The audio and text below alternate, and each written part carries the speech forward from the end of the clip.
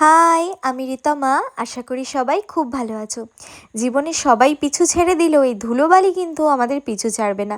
রোজ এত পরিষ্কার করি, তাও যে কোথা থেকে চলে আসে ঈশ্বর জানে, আর ধুলোই জানে। এই জিনিসগুলো নাইকার হট পিঙ্ক সেল থেকে অর্ডার করেছিলাম। কালকে রাতেই আমি সেটা মানে আনবক্স করে ফেলেছি। সকালে উঠে আবার যথাস্থানে সব কিছু গুছিয়ে রেখে তারপর নিচে নেমে এবার ব্রেকফাস্টের পালা।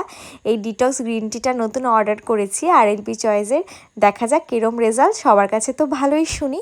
আরেকটা জিনিস অর্ডার করেছি, সেটা হচ্ছে এই ডিটক্স ওয়াটার মিক্সটা, যেটা গরম জলের মধ্যে 1 আওয়ার মতো ভিজিয়ে রাখতে হয়, তারপর খেতে হয়।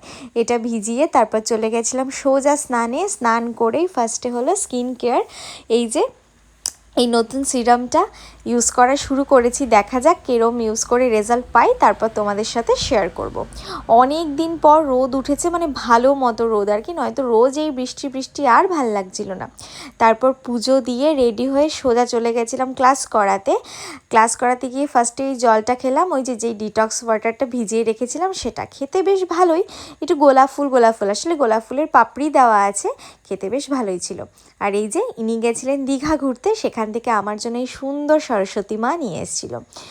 আমাকে ওর মা বলছিল যে জানো তো, তুমি যতই বকো আর যাই করো, এই ম্যামকে একটু বেশি ভালোবাসে। আসলে সত্যি বলতে আমি ওকে মনে হয় ক্লাসের সব থেকে বেশি বকি, কিন্তু আমি সব থেকে বেশি ওকেই ভালোবাসি। আসলে একটা শিক্ষকের বকার মধ্যেই না ভালোবাসাটা লুকিয়ে থাকে, সেটা হয়তো সবাই বুঝতে পারে না। যাই হোক, ওরা সবাই আমার সন্তানের মতো।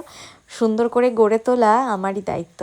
তারপর লাঞ্চ করে নিলাম। লাঞ্চে নিরামিষ ছিল, যেহেতু সোমবার করতে হবে সেই কারণে। চলো আজকে টাটা বাই।